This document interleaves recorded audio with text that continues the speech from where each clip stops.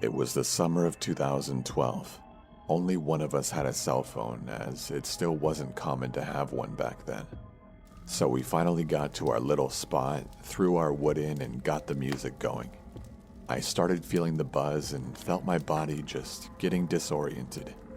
I looked up and away from the fire, and from the corner of my eye, I thought I saw headlights.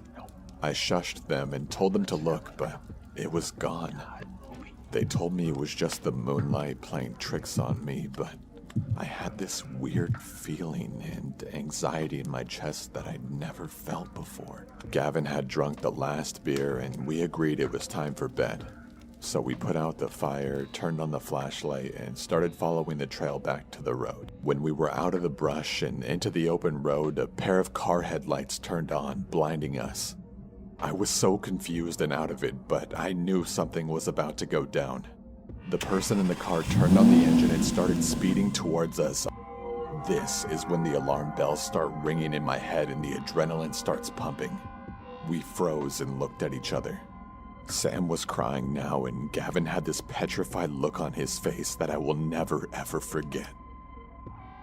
My adrenaline was insane, and I started sprinting through the forest. Branches and things hitting me as I ran blindly in the dark. I fell over a log and twisted my ankle. I sucked in my breath from the pain and just laid there. I could see Sam's flashlight moving. She was running. I could hear Gavin yelling for her to run faster. She was smart and turned off the light and they hid. I could make out that it was a tall man getting out of the car. He had a hunting rifle in his hand. He also had a flashlight on the rifle, and he started walking towards me. The light moved a few inches from my head and he almost walked over me. I heard a branch break from where my friends were. I slowly moved my head and watched in horror as the man pointed the gun at my friends' heads. The man opened the trunk of his car and threw Sam into it. Gavin was now kneeling on the ground beside the car. The man violently started gun-butting him in the face. I could see him laying there completely still. Is he dead? I thought. The car peeled off towards the city.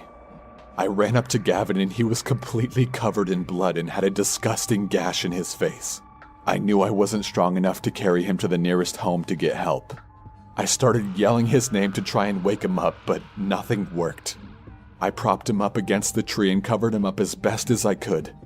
I started running. It was all a blur. I don't even remember what I was thinking while I ran. I was so focused on getting help. I saw a house and started screaming and banging on the door. The lights turned on and a woman opened her window and asked me what was wrong. I yelled to her to call 911. The police got there pretty quick. I told them where my friend was and that he was severely injured in the description of the car that had taken my friend. I sat down and everything overwhelmed me. I was crying, shaking, and throwing up. My parents came and picked me up from the station after a few hours of questions. The next day, I found out that they had found Sam in the trunk of that car, abandoned in a parking lot at the lake. She was alive, but something had obviously happened to her. Gavin was in the hospital with severe head trauma. They had to protect our names in the media since we were under 18. Life was flipped upside down for all of us. Our friendship forever broken.